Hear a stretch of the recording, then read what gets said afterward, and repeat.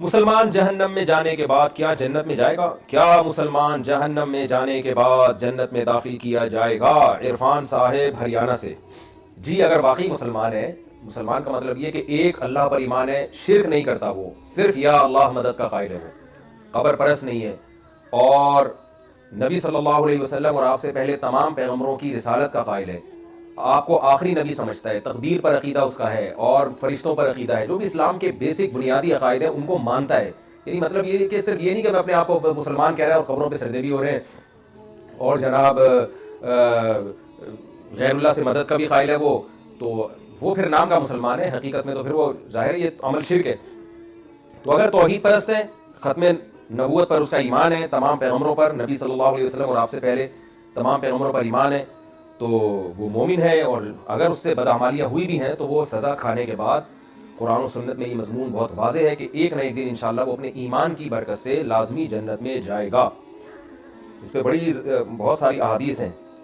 رسول اللہ صلی اللہ علیہ وسلم نے فرمایا اللہ تعالیٰ آخری شخص کو جو جہنم سے نکالیں گے نا، جو بالکل جس کے دل میں رائی کے دانے کے برابر ایمان ہوگا، تو وہ آخری شخص جس نے کبھی کوئی زندگی میں نیکی نہیں کی ہوگی، وہ آخری شخص جب جہنم سے نکلے گا تو آپ صلی اللہ علیہ وسلم نے فرمایا کہ وہ اللہ سے کہے گا میرا رخ اس جہنم سے پھیر کے جنت کی طرف کر دیا جائے. اس کو نفرت ہوگی اس جہنم کی آگ سے.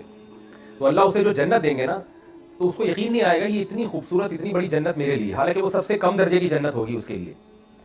تو وہ کہے گا اے اللہ تو اللہ ہو کے میرے ساتھ مذاق کر رہا ہے. یعنی اس کو یقین نہیں آئے گا کہ اتنی خوبصورت جنت بھی اللہ میرے جیسے نالائق کو دے سکتا ہے. وہ جو آخری جہنم ہی نکلے گا وہ کہے گا میرے جیسے نالائق کو اتنی خوبصورت اتنی خوبصورت جنت. تو اللہ تعالیٰ اسے کہیں گے، وہ یہ کہے گا کہ اللہ تو بندہ ہو کے مجھ سے مذاق کر رہا ہے. تو اللہ تعالیٰ، عبداللہ بن مسعود رضی اللہ تعالیٰ عنہ جب یہ حدیث سنا رہے تھے نا تو ہنس پڑے.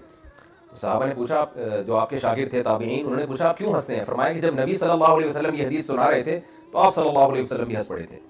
یعنی اس بندے کی جب آپ نے بات بتائی نا کہ بندہ اللہ سے کہے گا اللہ تو اللہ ہو کے مجھ سے مذاق کر رہا ہے، تو آپ نے فرمایا کہ پوچھو میں کیوں ہنستا ہوں. تو نبی صلی اللہ علیہ وسلم سے ہم نے پوچھا کہ یا رسول اللہ آپ کیوں مسکرا رہے ہیں؟ تو آپ نے فرمایا کہ اللہ جب بندے کی یہ بات سنے گا نا تو اللہ بھی ہنس پڑے گا.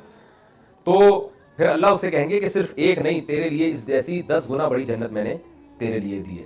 تو یہ اللہ کی رحمت ہوگی ایمان کی برکت سے، کیونکہ اللہ کو ماننے والے اور نہ ماننے والوں میں اللہ تعالیٰ بہرحال فرق رکھیں گے. جس کی موت شرک پر واقع ہوئی وہ ہمیشہ جہنم کی آگ میں جلے گا. جو ختم نبوت کے منکر ہیں وہ ہمیشہ جہنم کی آگ میں جلیں گے. جو عقیدہ رسالت کے یا اسلام کے جو بیسک چیزیں ہیں، بیسک عقائد ہیں، ان کے اگر منکر ہیں تو اسلام سے خارج ہیں اور ان کے لیے اللہ نے سزا، ان کے لیے بخشش نہیں ہے. ہاں یہ ضرور ہے کہ غیر مسلموں کے درجات میں بھی فرق ہے. سارے غیر مسلم ایک جیسی جہنم میں نہیں ہوں گے، بلکہ اس میں بھی فرق اللہ نے رکھا ہے. جو زیادہ کوئی گناہگار ہوگا اس کی الگ سے اس کو سزا ملے گی.